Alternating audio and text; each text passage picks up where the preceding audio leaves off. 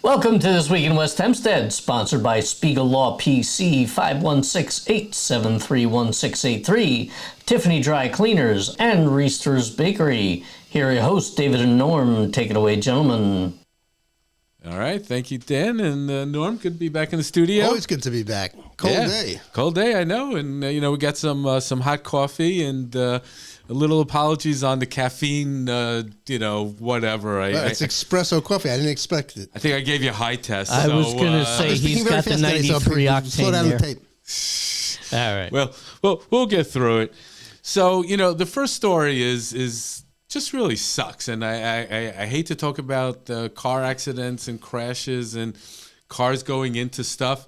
But yet again, we have another story here. So, Norm, what's... It's exit 17. I mean, we had a number of people killed in a crash this week. Two elderly people and a number of people injured. And a car went over the divider, I think. Yeah. And wiped out the highway for hours. It was amazing. A head-on collision, cars flying, drunk driver. I mean, and again... This is like a normal day on the Southern State Parkway. This is what's driving people crazy. And we see this in the comments over and over and over again, especially people who are living by the highway. It's like it's Escape from New York. I mean, it's crazy. The sounds, the speeds are just relentless. Again, in this case, it was alcohol. Clearly, allegedly was, alcohol. And alcohol is a huge problem nationally. You're talking about 37 people killed every single day on the highways in the United States. That's thousands and thousands of people. Something like every half an hour somebody dies on a highway.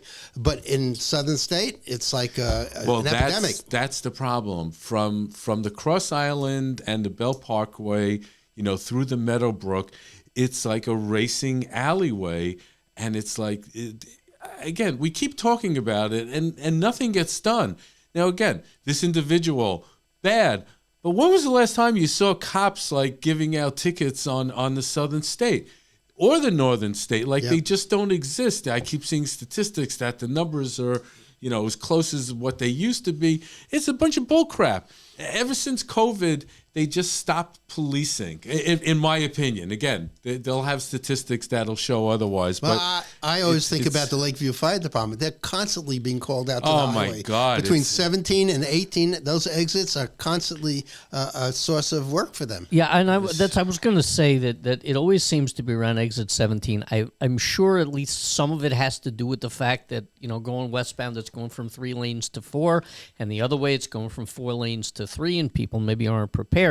But it's people driving stupidly. I don't know how else to describe it. They're all contributing factors. The highway itself is just one of the worst. The exit ramps and the on-ramps are just horrible. They're not laid out correctly for new drivers. It's a disaster. And again, it's like we've heard from EMT people and fire department. It's like it's enough already. I mean, again, the politicians have to wake up at some point and look at a comprehensive solution. This is a state problem. It's a state highway. And again, we're dealing with so many issues with the state not having the monies to do, for education and all these other things, and the roads and the power grid. There's all these major infrastructure issues that are, just happening. And But, we keep thinking, all right, every time somebody dies on this road, something's going to happen, and it's happened again, and I don't think anything's going to change. Yeah. Well, I don't think you can change anything with a drunk driver. I mean, no, but somebody careens over the divider and head on. There's not much safety. No. In this particular case, no. But again, in general, this area is just prone. A mess. And again, our hearts go out to the the elderly couple that was killed and the other people in the hospital and the rest of it. Yep.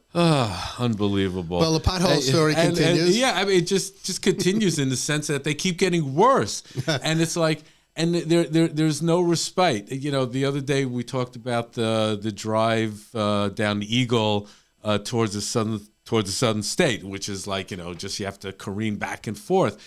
So now, to me, the next road I want to bitch about is Hempstead Turnpike. It's like right here by South Cherry Valley, these like major moon craters on the Turnpike. Now, the Turnpike is a major road, and I'm sitting there and I'm watching these trucks just like, bounce into these, craters. Cars, have to be getting flats and axle damage. Yes. And all So, by the sorts of way, stuff. I saw a story this morning in the New York Post. Take that for what it's worth. There's a guy who's literally set up a mobile tire repair thing. Oh, yeah, I heard about that. By a pothole, because he's like, this is great for business. He's bringing 10 tires with him. He's got to send people back to go get more tires because it's the perfect place. That's crazy. Great for the tire businesses, really sucky for everybody driving. Yeah, the mechanics must be having a field day. I mean, it's just unbelievable. I haven't seen any crews out, fixing potholes at all. Not in. That's what it is. You don't see anyone. It's an ongoing issue. It is the springtime. It happens every year. You think you'd get ahead of it. Guess what? Now we have these cold and then, warm swings in the rain. It just keeps adding to it, but they're not staying on top of it. And it's a real problem for motorists. I mean, it's so maybe we should repeat what we did a week or so ago and report everything and tag everybody. And that's what got one of the potholes filled on McKinley. Let's see if we can do it on Hempstead Turnpike. Yeah. Yeah, I found if you call the local numbers, they do come out. But unless you call, nobody shows up. Yeah. So I think enough of transportation for a while. I mean, it's like how much can we just rag on this situation? Don't challenge us. It's it's really a problem. I'm going to switch to a good story. Last week, Anshei Shalom held its annual dinner in Roslyn. And Norm, you and your wife Lainey were honored. Yeah, it was lovely. A couple of the year, and first of all, the community thanks you, and they thank you you and Lainey for all your tireless work, for the community and putting, the everything together, for the first building, the second building, on and on and on, and it was a really, really nice celebration. Yeah, it was a pleasure to be there, and the synagogue's really grown. When I joined it 25 years ago, there were like 36 families. We were in a house. There were 1,000 people praying in the synagogue at the holiday season last year. That's a huge jump. Yeah, it's unbelievable. The recent holiday of Purim. I mean, I just never saw so many people like just jamming in, and it's a happy time. And every year. So and this is the great thing about the synagogues, the churches, and mosques, if we have any. I don't think we do, but how important these things are for the community to bring people together. And it's nice to have an event like this where we actually acknowledge the fact that there are people working very hard to keep the community going. Yeah, we'd like to hear from the community and community events for churches. We haven't been getting any notifications, so we'd love to announce them as well. Yes, we definitely would. Speaking of announcements, we have the West Hempstead High School Class of 76 50-year reunion, and it's getting close. It's going to be April 17th through the 19th, so I guess it's a whole bunch of days. Or something, maybe. Weekend events, including Friday meet and greet, Saturday main event, and Sunday brunch. So I guess Saturday is the main thing. What was traffic like 50 years ago on Hempstead Avenue? Oh, God. Well, I think in Nassau Boulevard. The website is reuniondb.com. That's reuniondb.com if you want to sign up. Think about what everything was 50 years ago. Sure. 50 years ago, I think it was when we were having the gas crisis, which we seem to be having like right now. And we're about to have it. We're of the age of remembering, odd and even license plates and, spending hours. On the gas line. And I had first started to drive, when this all happened. Now, again, we're in a state of excursion or a state of war. And prices have jumped, 50 cents, 60 cents. Right, but we don't have a shortage. Right? There's no shortage. More, but we have plenty of gas. But man, oh man, back then, I mean, OPEC really controlled, a big in slightly more cheerful memories of the time, that was the bicentennial year, in fact. And, all the tall ships and stuff like that. But I'm confused because I keep thinking 1976 was like 20 years ago. Yeah, no, the bicentennial was great. They had the tall ships going up the Hudson River, and I remember going to Riverdale and seeing all the tall ships. It was really great. Wow, we covered a lot. We covered a lot of stuff in a lot of years. Let's take a quick commercial break. Hi, I'm Jeff Wenger, owner and operator of Tiffany Dry Cleaners.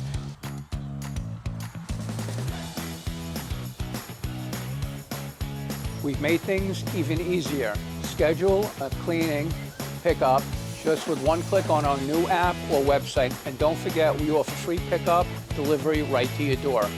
Tiffany Dry Cleaners gets it just right. All right, so Norm, coming up to the spring holidays.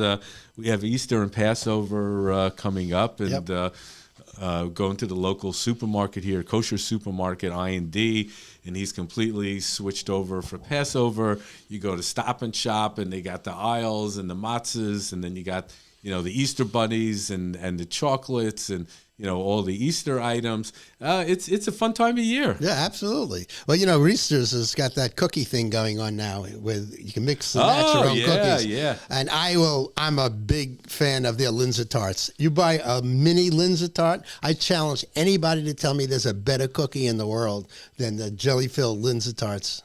Yeah, I don't know, Dan, maybe you have some more information, but I think that in the afternoons they're serving, warm cookies with a whole bunch of different toppings. Yeah, you can put whipped cream on them, sprinkles, all kinds of other stuff. You can get your kids or yourselves hyped up on sugar, but it's a lot of fun if you want to go over there and I think it's like a pre-waffle season. I think it's like a warm up to the to the waffles coming up. So who doesn't want a warm cookie though, man? Come on. No, but if you need a bagel, oh no, I had bagels at really? Reese's. Oh, they're great. Really? I loved it. Get out. Laney and I both they improved. And again, not a slam on Reesterers at all, but when we did our bagel test, they didn't come up on top. Of course, Bagel Craft and came in first and whatever. But they have all kinds of spreads: your regular cream cheese, veggie cream cheese, lox cream cheese. It was delicious. Wow! Listen. That's great to hear, because I know they're putting a lot of effort, in the bagel business. Right now they have sort of an open field advantage because Bagel Town is, closed. Have we heard anything? Because they said something about maybe a week or so before Passover. I wouldn't be shocked if they waited till after Passover. Yeah, was over, I would expect that. I think it'd be really hard to open up, but they got the big they got the paper so you can't really see what's going on the inside. I'm expecting big changes. I mean, that seemed to be doing a lot of work. Let's hope so. And I guess the bigger question for a lot of people here is whether or not there's still going to be nut-free and sesame-free, which was a big differentiator for a lot of families that have, especially kids that have these types of allergies. I don't know. My guess is maybe not, only because new owners. It hasn't seemed to be doing so well for them, and maybe that it's curtailing business. I don't know. Something to be discovered. What's happening in congressional race? I guess the big question that's out there is Anthony D'Esposito running again in the New York 4th Congressional District? This would be against Laura Gillen, and no one really knows. There's a lot of noise being made about him on the federal level, and there was something in Newsday about. Well, apparently there's something here that says that they filed a complaint. Right, he's already serving in a federal role, according to this Inspector General of the Department of Labor. Yeah. I don't quite get it. I mean, whatever, politics is politics, but I mean, honestly, if we stopped everybody who currently had a job from running for another job, nobody would. Wait a second. Hang on a second. That's not a terrible idea. Yeah. Well, anyway, you know what? Maybe he'll throw his hat into the ring, right before the election. They never do well when they get in late. That's the problem. Yeah, but he does have a lot of name recognition going into this. Laura Gillen. Oh, yeah. All I'll say, by the way, I believe that Ms. Gillen's office, at least, they seem to be watchers of our podcast. If you want to come on the program and give us a chance to talk to the incumbent and Mr. D'Esposito, if you ever make your mind up, you want to come on, we'd be happy to talk to you about it. And you can tell us what's going on. We would love to hear from you. And again, follow us on Facebook. Any advertisers out there who are looking to reach a local market, give us a shout. And, This Week in West Hempstead, we're only about West Hempstead. So if you have a business, if you have a professional office, give us a shout. Follow us. We're I think about 10 people away from breaking over the 1,000 mark of followers on Facebook. Again, it's been a tough struggle because we're kind of like edging ourselves into a very, very crowded market. But I think people appreciate what we do. So if you appreciate what we do, let us know. Yep, absolutely. All right, Norm, anything else before No, just crazy weather out there. I mean, one day it's freezing, the next day it's up in the 50s, and I think next week is again going to be warming up and then cold again. Don't look at your it's a roller coaster. At your heating bill. It's no. It's just not pretty. Yeah, but I think Friday is spring, isn't it? Technically, yeah, but we're back in the deep freeze. So here's to warming up. And I want to wish everyone a good week. And Norm and Dan, I look forward to joining you next week on This Week in West Hempstead. Have a great week. Thanks for watching, everybody. Please be sure to visit our sponsors, Spiegel Law PC, Tiffany Dry Cleaners, and Reister's Bakery. To find out more or to reach out to us, come visit us on social media at Facebook and Instagram, or visit our website at westhempsteadecho.com.